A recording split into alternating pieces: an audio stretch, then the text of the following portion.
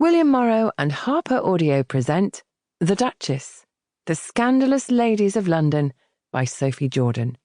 Performed by Mary Jane Wells. Dedication.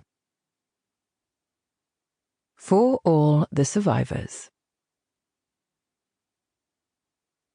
Chapter 1. The happiest 2 days of my life were my wedding day and my husband's funeral.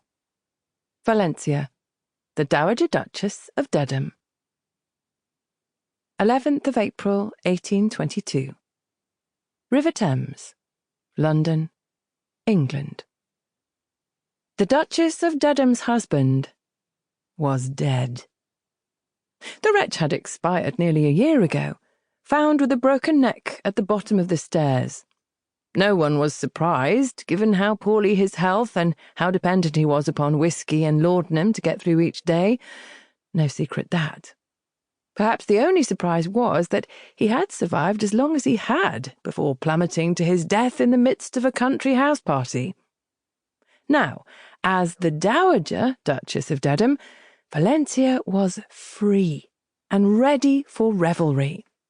Truth be told, she had been ready upon the discovery that she was a widow, but there were rules. So many rules. Rules that she had followed all her life. Not that they had ever served her well. Rules she found rarely served women well. And yet those rules had changed now that she was no longer Dedham's wife. At long last. She was done with mourning. Done with her widow's weeds. Done with hiding away in her Mayfair house. She had made it a year. 11 months, to be precise. But that was time enough not to raise eyebrows. Time enough devoted to starched bombazine and the denial of all society, to eschewing drawing rooms and teas and soirees and balls and nobles with their false smiles. At first she was fine with that. Preferred it, even. After her husband expired in so dramatic a fashion, she needed her solitude. She had cloaked herself in isolation, taking comfort in her own company, growing stronger with each and every day until she felt ready to emerge and rejoin the living. She was now ready. Today was her birthday, and her husband was gone from her life forever.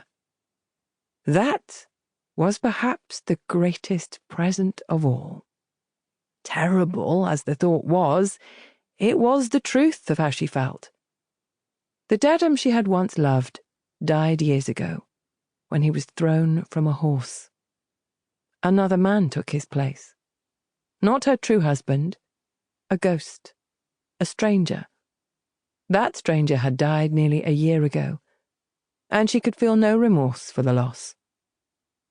She no longer had to suffer Dedham's glowering, controlling presence any more. No more hugging the shadows. No more making herself as small as possible. She was celebrating life, the rest of her life, and she had long years of marital misery to make up for. More than a dozen revellers, all her closest friends, and foes, occupied the less than steady vessel as it departed the docks and glided slowly down the dark waters of the Thames to the south bank as dusk descended. Destination? Vauxhall. Objective? A carousing good time. And who knew? Perhaps she would find a handsome gentleman to take her down one of the infamous dark walks. She would like that very much indeed. It had been far too long since she had been touched.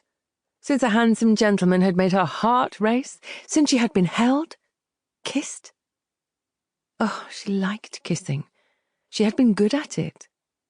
There were many things at the start of her time with Dedham that seemed a hazy dream now. But that bit was true. Her pleasure in kissing had been real. The yacht's weight limit had perhaps been exceeded, but that did not concern the guests.